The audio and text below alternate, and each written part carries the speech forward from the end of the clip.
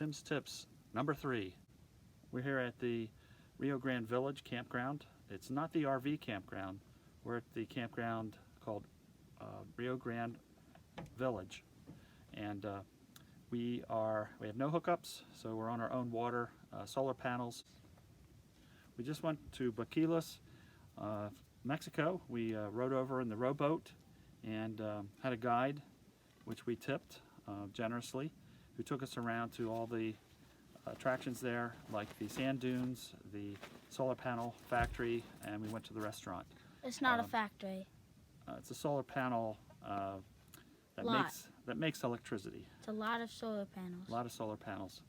And so we'll show you pictures of that. There's a lot to do here in Big Bend National Park. What we did was we had no reservations, and we are in the no generator area. So we took a risk at coming here, but the spots are kind of tight here, and our RV just barely fit because they don't trim the trees. But overall, enjoying ourselves here, and just got the stick here. They definitely try to push their wares on you.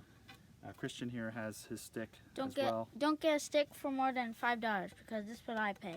And she paid $10 when they asked $20. Yes, these people live off of our dollars and selling their wares, and it's safe. It's a very safe place to be overall. So we enjoyed our time. We took the burros, rode the burros over, so I'd highly recommend it.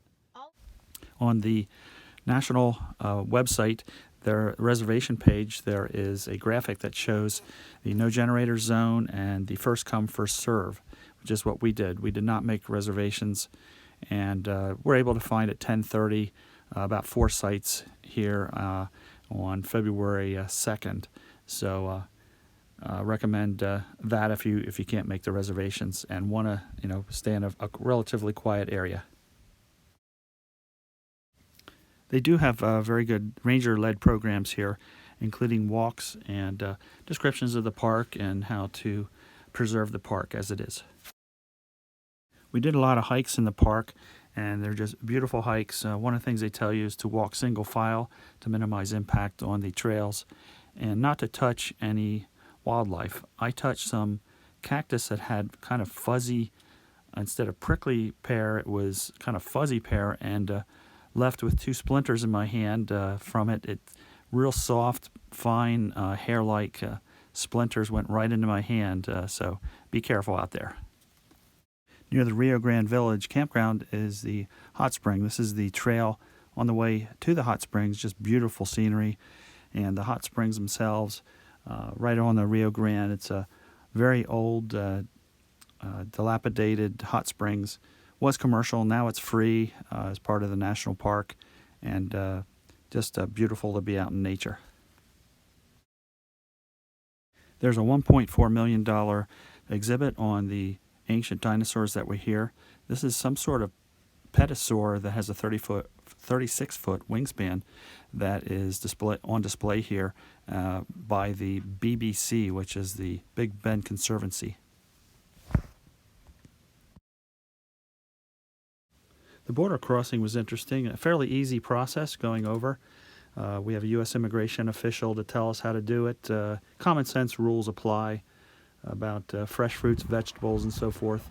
We got a rowboat over for $5 a head to Mexico, and once we were across, we boarded the burros.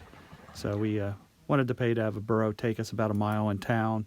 And they were a lot of fun. They more or less are intelligent animals that took us right into town.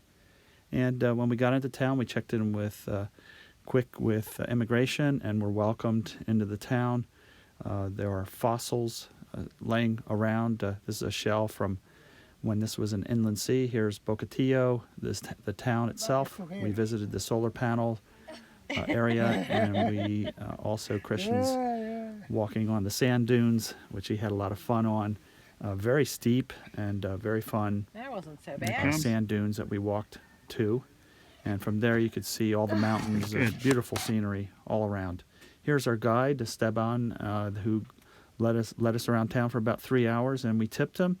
This is our parting shot. We're back in the USA, and where we checked in with U.S. Immigration, Customs over the phone, and a little scanner that scanned our passports and just asked us.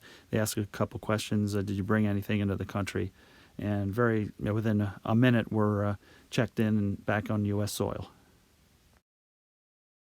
This is where the Rio Grande cut canyons through. There are 1,400-foot canyons above us here, and it's just beautiful, absolutely stunning, beautiful scenery. We did see a illegal Mexican selling wares on this side, singing to us, serenading us. And here's the Mexican that was singing, and his voice echoed in the canyons. I enjoyed it. My family did not, but on the way back we crossed paths with him, and he thought that we took his sticks that he had for sale there when actually we bought them in the town of Boquillas. And so overall, very good experience. And here's Deb and Chris walking along the Rio Grande in a very flat portion of the hike. The next day we drove to Chisos Mountains, which is about an hour drive from the Rio Grande Village campground.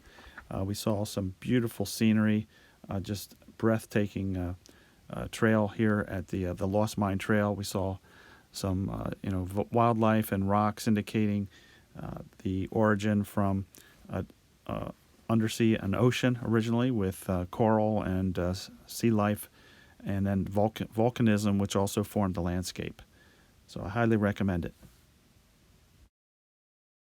So that's it from Big Bend National Park. I highly recommend it. I do not recommend it during the high times, which is Christmas and spring break. There are times you can research when the high times. There are people just jammed into this park. We came in around February 2nd, so it wasn't too full. So from me to you, thanks for watching Tim's RV Tips number 3.